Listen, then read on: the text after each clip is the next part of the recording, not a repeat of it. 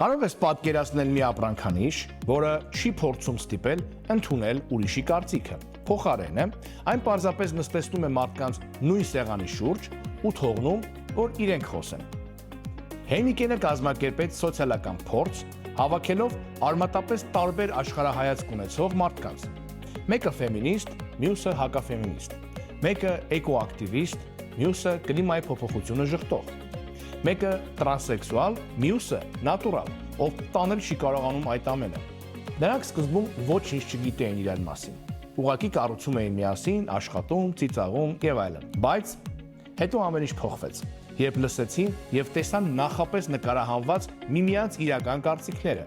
Լսեցին ոչ թե պատի հետևից, այլ ուղիղ, էկրանի վրա, ու սկսեցին մտածել՝ մնալ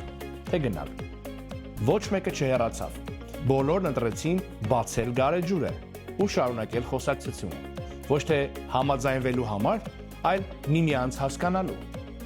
Սա պարզապես գարեջրի գովաճ չէր։ Սա հզոր հիշեցում էր, որ երբեմն միմյանց լսելն արդեն բավական է,